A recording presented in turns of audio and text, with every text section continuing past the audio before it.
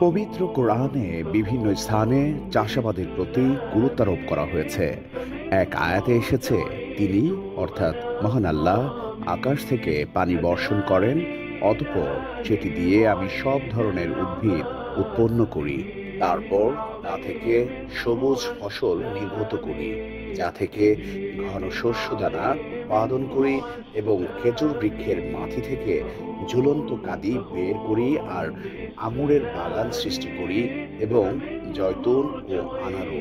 এরা একে অন্যের সদৃশ্য ও বিসদৃশ্য। লক্ষ্য করো তার ফলনের প্রতি, যখন তা ফলবান হয়, এবং তার পরিপক্কতার প্রতি দৃষ্টি নিবদ্ধ করো। ঈমানদারদের জন্য এগুলোই অবশ্যই নিদর্শন আছে। শুষ্ক বীজ ও শুষ্ক আটির ভেতর থেকে শ্যামল ও সতেজ বৃক্ষ বের করে দেয়া একমাত্র জগৎ স্রষ্টার কাজ। এর মধ্যে মানুষের চেষ্টা ও কর্মের প্রভাব নেই। মহান আল্লাহর কুদরতে বীজ ও আটির ভেতর থেকে যে নাজুক অঙ্গুর গজিয়ে ওঠে, তার বেড়ে ওঠার পথ থেকে প্রতিবন্ধক ও ক্ষতিকর বস্তু সরিয়ে দেওয়াই কৃষকের মূল চেষ্টার বিষয়। লাঙল চষে মাটি নরম করা, সার দেয়া, পানি দেয়া, এতটুকুই কৃষকের কাজ।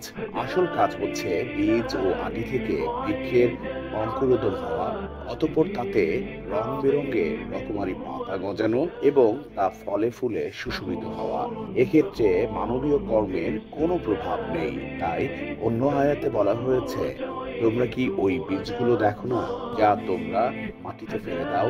এগুলো থেকে তোমরা ফসল উৎপাদন করো না, আমি করি। পবিত্র কোরআনের অলৌকিকতা হলো, কোরআন চাষবাসের কথা বলছে, অথচ সেখানে ঐশী চেতনা জাগ্রত করতে চেয়েছে। কোরআনের বক্তব্য, মানুষ তার খাদ্যের প্রতি লক্ষ্য করুন। আমি প্রচুর বাড়ি বর্ষণ করি, পরে আমি ভূমি প্রকৃষ্ট রূপে বিদারিত করি এবং আমি তাতে উৎপন্ন করি শস্য, আঙুর, শাকসবজি, জয়তুন, খেজুর, বহু বৃক্ষ বিশিষ্ট বাগান, ফল ও গবাদি খাদ্য। এটা তোমাদের ও তোমাদের জীবজন্তুর ভোগের জন্য। পবিত্র কোরআনের বিভিন্ন স্থানে বৈচিত্র্যময় প্রকৃতির কিছু দৃশ্য মানুষের সামনে তুলে ধরা হয়েছে, যাতে এর বিচিত্র প্রকার, বর্ণ, গন্ধ ও সৌন্দর্য দেখে মানুষ পুলকিত হয়, অভিভূত হয়। যেন সবকিছুর উন্নতি, অগ্রগতি ও সক্রিয়তা দেখে মানুষ মহান আল্লাহর কুদরতের কথা স্মরণ করে। ইরশাদ হয়েছে, তিনি তোমাদের জন্য তা অর্থাৎ পানি দিয়ে জন্মান শস্য, জয়তুন, খেজুর গাছ, আঙুর ও সব ধরনের ফল।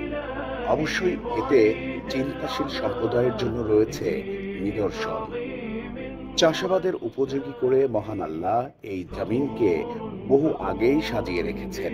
কোরআন বলছে, তুমি ভূমিকে দেখবে শুষ্ক, পরে আমি তাতে বাড়ি বর্ষণ করলে তা শস্য শ্যামল হয়ে আন্দোলিত ও স্ফীত হয় এবং তা উদ্গত করে সব ধরনের নয়নাভিরাম উদ্ভিদ। মৃত ভূমিকে জীবিত করবার জন্য মহান আল্লাহ সুদূর আকাশ থেকে পানি বর্ষণ করেন। সেই পানি জমিনকে জীবিত করে তোলে। এই পুনর্জীবন, পুনরুত্থানের প্রতি কোরআনের ভাষ্যে, আকাশ থেকে আমি বর্ষণ করি কল্যাণকর বৃষ্টি, তা দিয়ে আমি সৃষ্টি করি বাগান ও পরিপক্ক শস্যরাজি ও সমুন্নত খেজুর গাছ, যার মধ্যে আছে গুচ্ছ গুচ্ছ খেজুর। এগুলো আমার বান্দাদের জীবিকা স্বরূপ। বৃষ্টি দিয়ে আমি সজ্জীবিত করি মৃত ভূমিকে। এভাবেই পুনরুত্থান ঘটবে। এভাবেই পবিত্র কোরআনের বিভিন্ন আয়াতে চাষাবাদের কথা তুলে ধরা হয়েছে।